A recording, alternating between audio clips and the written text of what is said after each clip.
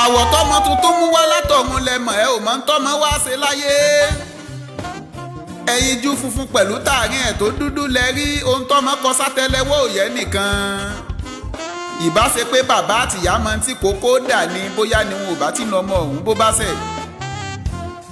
bàbá ò bá gbé e séjìká ìyá rẹ̀ ò bá gbé pọ̀n fọ́dún àìmọye. kíkẹ́ lójú nímú ò bá kọjọ́ ọlọ́mọ kan tó ti ń wọ́mọ fọ́dún mẹ́jọ. kò bá dàbí ẹni tí ń gbèrò kó bọ́mọ ọ̀hún látọdún 16 sẹ́yìn. ọba mímọ́ tó wá gbọ́n kọjá ẹ̀dá bó bá fi ọmọ èèyàn ó mọ̀ sáré kiri ni. àwọn ọ̀tá alẹ́ ìyá àbí bàbá bóyá wọn ò bá sápá díẹ̀ kọ́ ọmọ ọ̀hún mọ́ dàgbà. ọjọ́ wá pé ọjọ́ ti tún kò ọjọ́ 21 oṣù kẹfà pé ọjọ́ ìbí ọba.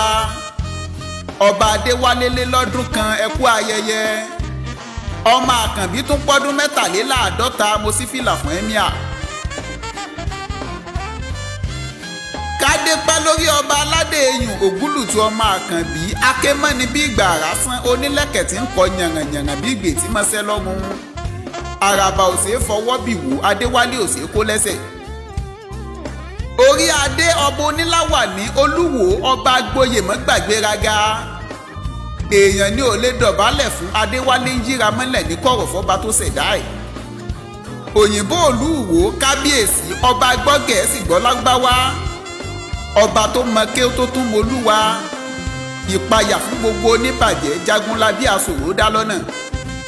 ó ń gbóná fẹ́fẹ́ bí iná ẹ̀wìrì ó ń yọ kúkú lálá bí omi ọkà.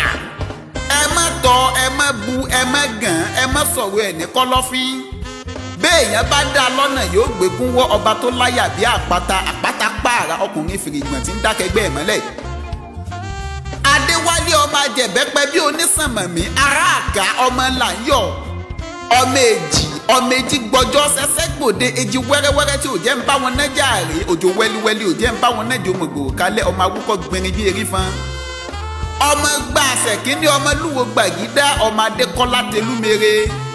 akin tó tinú akin jáde abádélé amádéwá ọba tó mórí adébọ̀ látọ̀run Adéwálé ńlẹ̀ ọba kọ̀mọ́sùn tìkà. kábíyèsí ẹ ò ní fi tọdún èyí ṣàṣe mọ́.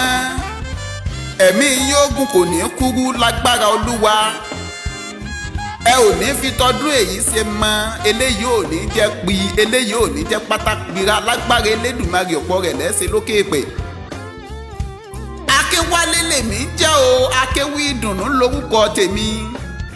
èmi ìdùnnú Ọlárewájú Adépọ̀jù ló ń forin ewì yìí dára.